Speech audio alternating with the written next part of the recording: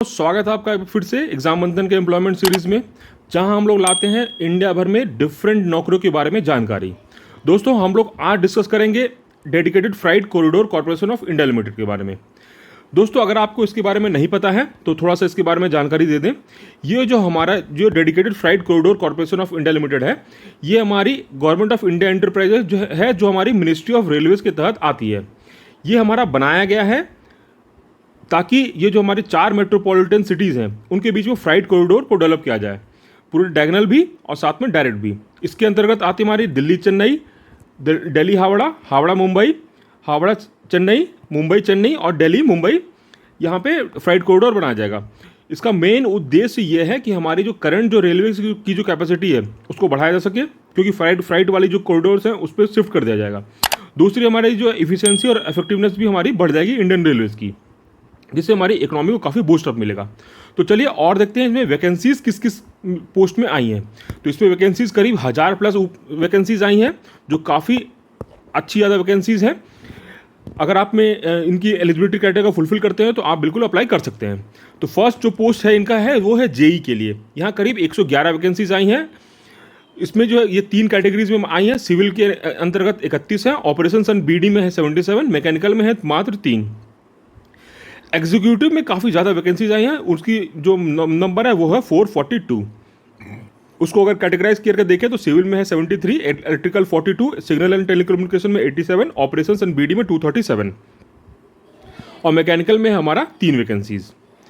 JEE में जो है सबसे ज़्यादा वैकेंसीज हैं तीनों कैटेगरी के हिसाब से अगर देखें तो इसमें करीब है 521 वैकेंसीज। तो काफ़ी अच्छा इसमें आपके लिए अपॉर्चुनिटी है इसमें अप्लाई करने के लिए।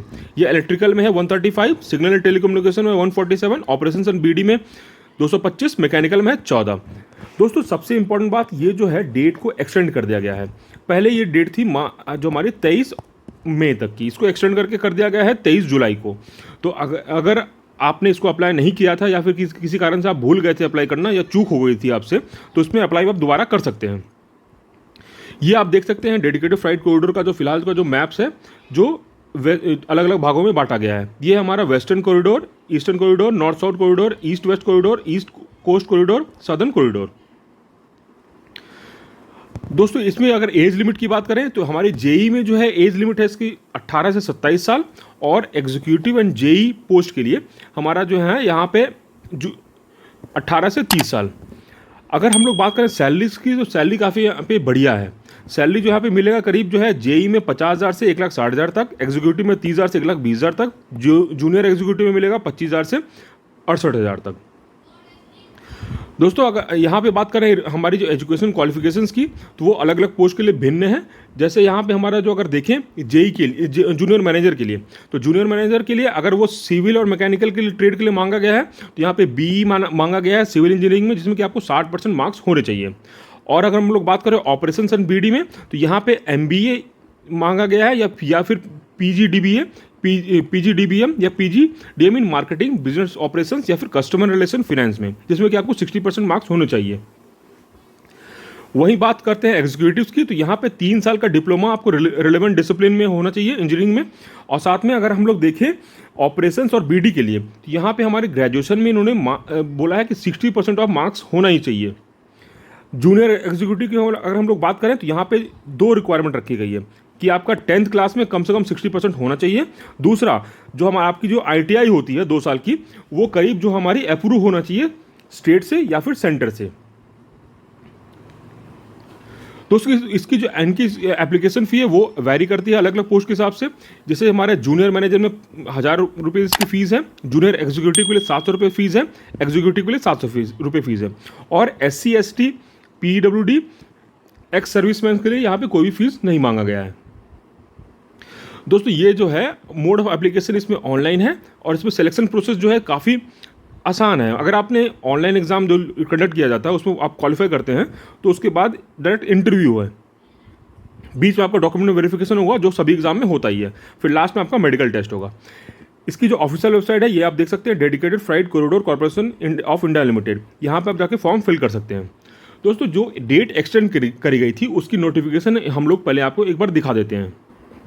दोस्तों ये जो है एडवर्टीजमेंट जिसमें बताया गया कि डेट जो है इनकी बढ़ा दी गई है।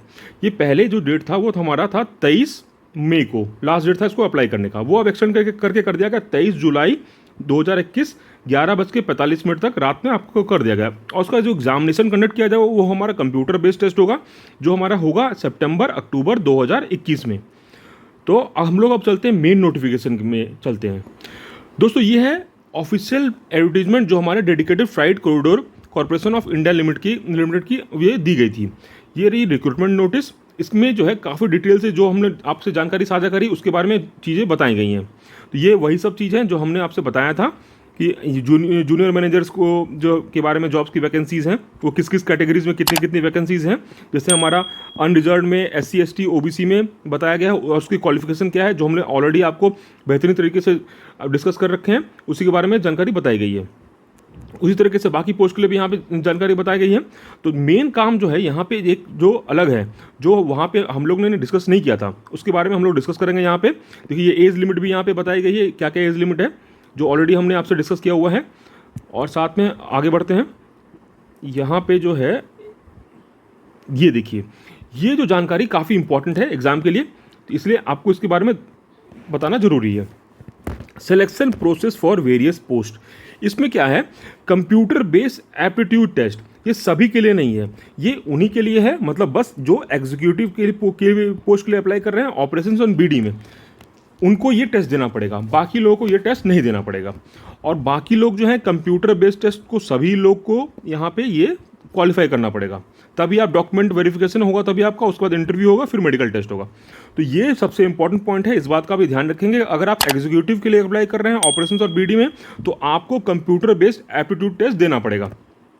तो ये जो चीज़ थी काफ़ी इंपॉर्टेंट है। और हमारा जो ऑनलाइन बेस्ड एग्जाम होगा वो 2 घंटे का होगा, जिसमें करीब objective multiple choice question 120 question पूछे जाएंगे वो सिलेबस के हिसाब से। तो ये जो थी इंपॉर्टेंट जानकारी, जिसके बारे में हमें जानकारी आपसे साझा करनी थी। चलिए अब देखते हैं डेडिकेटेड फ्राइट कॉरिडोर की ऑफिशियल वीडियो। अगर आपको इसके बारे में जानकारी नहीं है तो आप देख करके आप जानकारी ले सकते हैं। साथ ही अगर आपको इसके बारे में पता है तो बिल्कुल आपको नई इन्फॉर्मेशन भी मिलेगी, क्योंकि ये हमारी dedicated freight corridor corporation of India limited की ही ऑफिशियल वीडियो है। In this contemporary age, every second counts. People have no time to waste. The need of the hour is the faster movement of people and goods. Carrying passengers and goods traffic on the same railway network leads to delays of goods and inconvenience to passengers. As a result, the share of railways is decreasing compared to roadways from 85% in 1951 to 33%. In the share of road transport increased from 15 to 58%. The Golden Quadrilateral connecting the four metropolitan cities along its diagonals comprises only 16% of Indian Railways route kilometer, but carries 52% of passengers and 58% of freight traffic. The national highway network along these corridors comprises less than 0.5% but carries a 40% of road freight.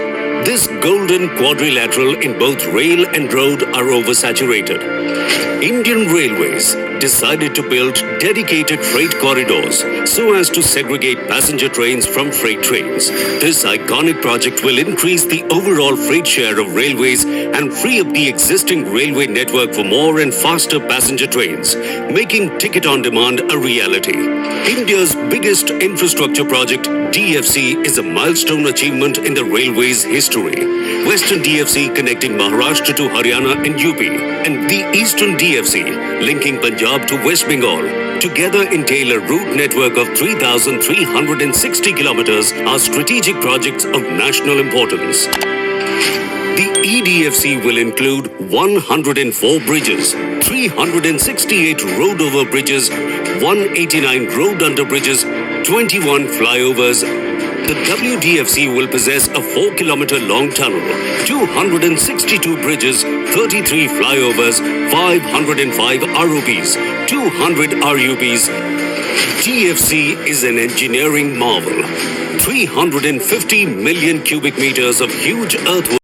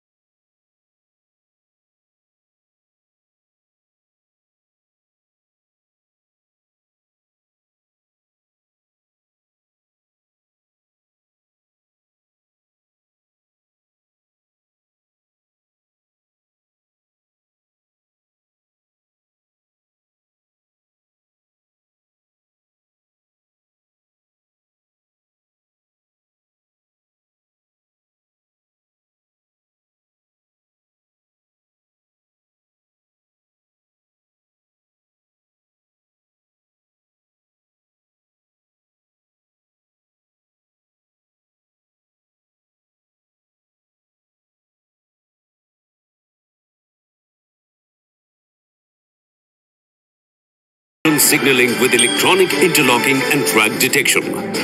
Our major achievements. First long and heavy haul